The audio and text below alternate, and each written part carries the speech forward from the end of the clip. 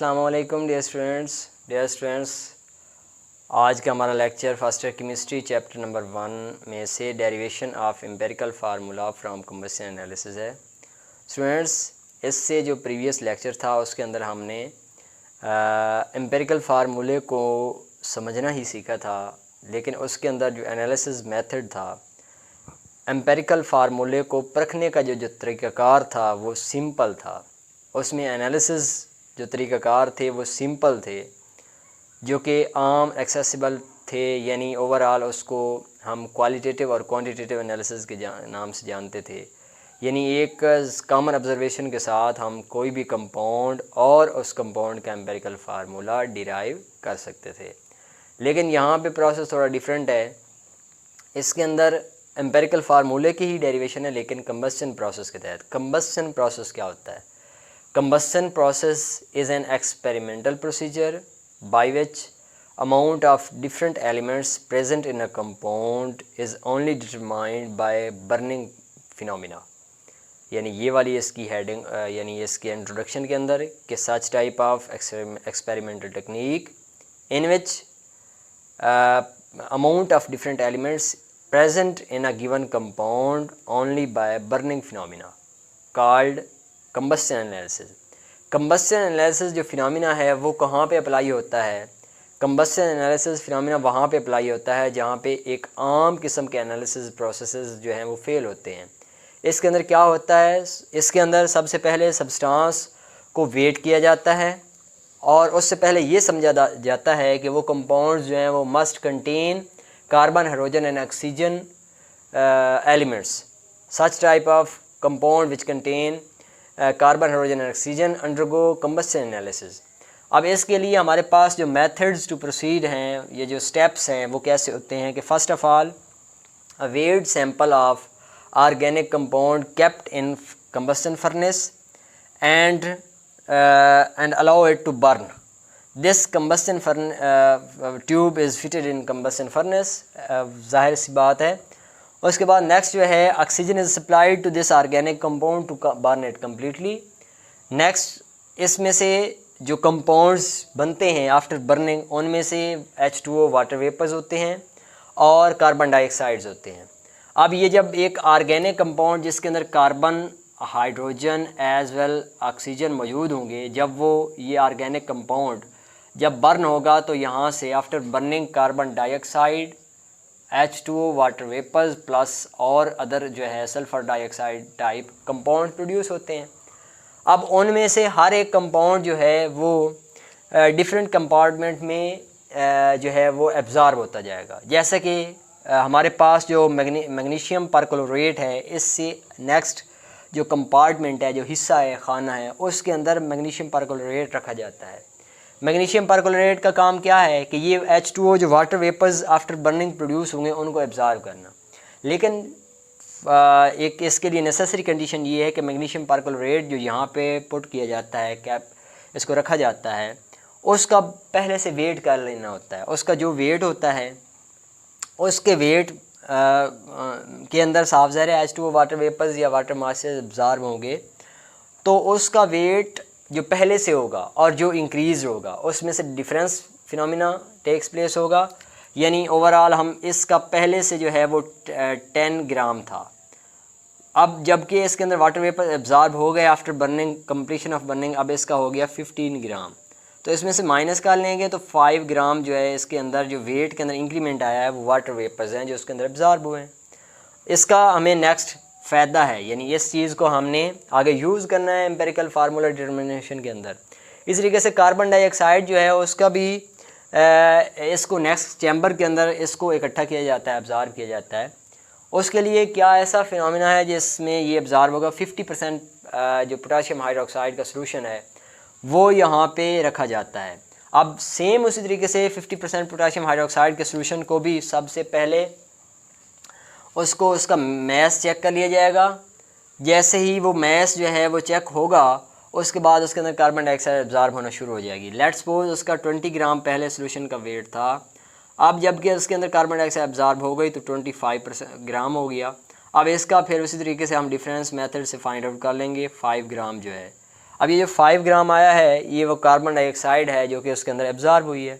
अब इसके अलावा अगर कुछ और किस्म के कंपाउंड्स वहाँ पे प्रोड्यूस होते हैं तो आगे एक और चैम्बर होगा, उसके अंदर वो भी एकमुलेट कर ली जाएगी। अब उसके बाद नेक्स्ट जो है हमारे पास वो ये है कि कार्बन डाइऑक्साइड और ये चीज़ें एब्जॉर्ब हो गई। नेक्स्ट हमारे पास कार्बन डाइऑक्साइड के रेलेवेंट, कार्बन के लिए कार्बन डाइऑक्साइड और हाइड्रोजन के लिए H2O को हमने इसके लिए यानी एज आ इनडायरेक्ट सोर्स लिया है। अब इसके बाद नेक्स्ट हमारे पास है ना ऑक्सीजन का फिनोमिना। ऑक्सीजन को चूँकि हमें कोई भी कंपाउंड जो है उसके लिए हमने सपोज किया हुआ है कि उसके अंदर कार्बन, हाइड्रोजन और ऑक्सीजन मौजूद हैं। अब ये रिलेटिव कंपाउंड जो कार्बन डाइऑक्साइड के सेंस में इसकी जजमेंट हो गई और हाइड्रोजन H2O के सेंस में इसकी जजमेंट हो गई, बाकी रहती है ऑक्सीजन।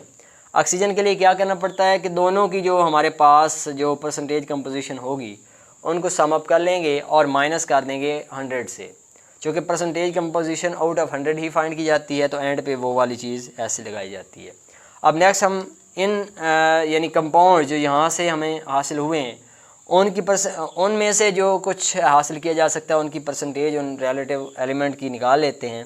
फार्मूला लगाया जाता है कि परसेंटेज ऑफ कार्बन, हमने जो सपोज किया हुआ कि इस कंपाउंड ऑर्गेनिक कंपाउंड के अंदर कार्बन मौजूद है, उसको हम इनडायरेक्ट वे में फाइंड आउट करेंगे। कैसे भला कि कार्बन जो कि कार्बन डाइऑक्साइड के अंदर मौजूद है, लिहाजा मैस ऑफ कार्बन डाइऑक्साइड, इससे प्रीवियस क्लास नोट फरमाएँ, इससे प्रीवियस क्लास जो है उसके अंदर हमने percentage of any element find out करने का फार्मूला सीखा था। लेट्स सपोज कि परसेंटेज ऑफ कार्बन एलिमेंट की बात करें तो mass of carbon divided by mass of compound multiply by 100 करते थे। यहाँ पे चूँकि परसेंटेज ऑफ कार्बन हम फाइंड करना चाह रहे हैं, डायरेक्ट तो ऐसा है नहीं कि हमें कार्बन की परसेंटेज का पता हो, वहाँ पे अननोन फॉर्म में कंपाउंड था, बर्न हुआ तो कार्बन डाइऑक्साइड बनी, इसका मतलब है इसके अंदर कार्बन थी। तो इसमें से इस कंपाउंड में से कार्बन की परसेंटेज को जांचना मुश्किल है, लिहाजा हम इनडायरेक्ट सोर्स को इस्तेमाल करते हो कार्बन डाइऑक्साइड को। मैस ऑफ कार्बन डाइऑक्साइड जो यहाँ से 5 ग्राम हासिल हुआ, मैस ऑफ कंपाउंड जो लेट्स सपोज हमने 100 ग्राम लिया, फ़र्ज़ किया यहाँ पे 100 ग्राम हमने मैस लिया, वो उसके बाद ये वाला जो हिस्सा है ये हमारे पास हटने के लिए वापस कार्बन की परसेंटेज को फाइंड आउट करने का एक पार्ट है। क्योंकि कार्बन का मैस होता है 12 और कार्बन डाइऑक्साइड, चूँकि कार्बन पाई जा रही है कार्बन डाइऑक्साइड के अंदर और कार्बन डाइऑक्साइड पाई जा रही थी इस कंपाउंड के अंदर, लिहाजा मैस ऑफ कंपाउंड हमने इसलिए लिया और ये चीज़ हमें दोबारा एक्चुअल जो है वो पॉइंट पे लेके आएगी, जो कि असल फार्मूला था परसेंटेज कंपोजिशन के लिए। ये वाला हिस्सा ये उस बात की निशानदेही करता है। इस तरीके से परसेंटेज ऑफ हाइड्रोजन निकाल लेते हैं, चूँकि हाइड्रोजन जो है वो वाटर के अंदर मौजूद है, लिहाजा mass of water divided by mass of organic compound multiply by hydrogen का मॉलिक्यूलर जो मैस है वो 2.016 है और ये हाइड्रोजन पाई किधर जा रही है, ये वाटर के अंदर पाई जा रही है, लिहाजा ओवर 18 करते हैं। ये 18 जो है ये मोलर मैस है किसका, वाटर का। ठीक है, अब जबकि ये कार्बन और हाइड्रोजन की परसेंटेज फाइंड कर चुके होते हैं, उसके बाद हमने फाइंड करनी होती है परसेंटेज ऑफ ऑक्सीजन। तो परसेंटेज ऑफ ऑक्सीजन जैसे कि पहले बात हो चुकी है, percentage of carbon plus percentage of hydrogen, इनको सम अप कर लेंगे और चूँकि आउट ऑफ 100 की बात है तो 100 में से माइनस कर लेंगे, तो इस तरीके से आ जाएगी परसेंटेज ऑफ ऑक्सीजन। अब स्टूडेंट जैसे कि हमने प्रीवियस क्लास के अंदर ये बात वाज़े की थी कि जब हम एम्पेरिकल फार्मूला डिराइव कर रहे होते हैं तो उसके लिए परसेंटेज कंपोजिशंस का फाइंड करना ज़रूरी होता है और उसके लिए आगे नेक्स्ट पॉइंट्स हैं, उन पॉइंट्स को स्टेप वाइज अप्लाई किया जाता है और हम एट द एंड एम्पेरिकल फार्मूले पे पहुंच जाते हैं। तो उन पॉइंट्स को समझने के लिए प्रीवियस लेक्चर को सुनना पड़ेगा। चलें इससे आगे है एग्जांपल नंबर 4 जो कि इन्हीं पॉइंट्स के रेलेवेंट है कि mass of organic compound subjected for combustion analysis. वो हमारे पास कोई ऑर्गेनिक कंपाउंड जो यहाँ पे लिया गया था उसका मैस जो है 0.5439 ग्राम है। अब ये कंबस्ट हुआ ऑर्गेनिक कंपाउंड और उससे mass of carbon dioxide find out हुआ, यहाँ से ये डिफरेंस मेथड से वो 1.039 ग्राम है। इस तरीके से मैस ऑफ H2O प्रोड्यूस वो भी यहाँ पे गिवन डाटा के अंदर है और इसके लिए पूछा गया है कि ये जो ऑर्गेनिक कंपाउंड था इसका एम्पेरिकल फार्मूला कौन सा होगा। तो हम percentage composition of carbon find करेंगे। इसके लिए हमें गिवन डेटा हेल्प आउट करेगा क्योंकि मैस ऑफ कार्बन डाइऑक्साइड यहाँ पे जो गिवन डेटा के अंदर है वो मौजूद है, उसको ऊपर लगा लेंगे, डिवाइडेड बाय हम कर देंगे mass of organic compound multiply by actual जो फॉर्म है वो लिखेंगे mass of carbon divided by mass of carbon dioxide molar mass. तो इस तरीके से हमें परसेंटेज कंपोजिशन फाइंड आउट हो जाएगी और इस तरीके से परसेंटेज कंपोजिशन ऑफ हाइड्रोजन भी फाइंड करना आसान है।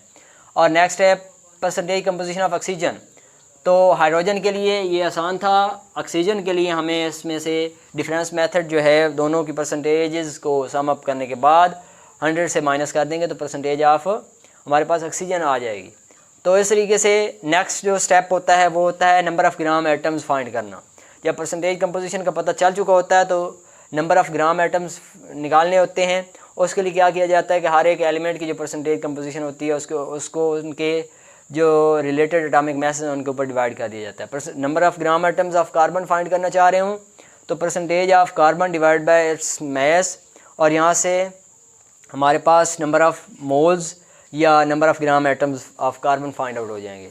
उसके बाद नेक्स्ट है परसेंटेज जो number of moles of hydrogen find करना है। उसका भी यही प्रोसेस है कि उनके जो परसेंटेज कंपोजिशन है उसको हाइड्रोजन के मास पे डिवाइड कर देंगे और इस तरीके से ऑक्सीजन का भी। नेक्स्ट होता है नेक्स्ट स्टेप जो इसके एम्पिरिकल फार्मूला की डिटर्मिनेशन के लिए अप्लाई होता है वो है to get simplest atomic ratio divide the moles of each element with the smallest number of mole. तो उसके लिए हमने देख लिया कि कार्बन, हाइड्रोजन और ऑक्सीजन के एलिमेंट हम इन्हीं के एटॉमिक रेशोज़ फाइंड करना चाहते हैं। तो इनके जो मोल्स हैं उनमें से जो स्मॉलेस्ट मोल डिजिट है उसको तीनों के मोल्स पे डिवाइड कर देंगे। स्मॉलेस्ट मोल डिजिट 2.17 है। तो जब इनको डिवाइड कर दिया गया तो यहाँ पे हमारे पास होल नंबर्स आ गए हैं। पिछला जो पॉइंट्स हैं for determination of empirical formula वो वहाँ पे बताया गया कि अगर हमारे पास ये एटॉमिक रेशो फ्रैक्शन में आ रही हो तो उसको एक होल नंबर के साथ, सूटेबल होल नंबर के साथ मल्टीप्लाई कर दिया जाता है, जो कि क्या कर देगा, उसकी जो रेशो है फ्रैक्शन में उसको कन्वर्ट कर देगा होल नंबर्स में। तो यहाँ पे ये चीज़ आसान हुई कि यहाँ पे ये हैं ही होल नंबर्स, तो लिहाजा यही एटम्स की रेशो है और यही एक्चुअली तौर पे उसका एम्पिरिकल फार्मूला फॉर्म करेगा। तो जो empirical formula for organic compound होगा कार्बन के लिए 2, हाइड्रोजन के लिए 6, ऑक्सीजन के लिए एटॉमिक रेशो 1। तो ये है हमारे पास empirical formula of that compound which is unknown before putting it into combustion analysis. तो ये कंबस्शन एनालिसिस और इसके रेलेवेंट ये एग्जांपल को हमने जो कंबस्शन एनालिसिस के अंदर जो मेथड समझे हैं एज़ इट इज़ हमने इस एग्जांपल के अंदर उन तमाम मेथड्स को अप्लाई करके देखा है और एंड पे हमने फाइंड किया है empirical formula of that compound.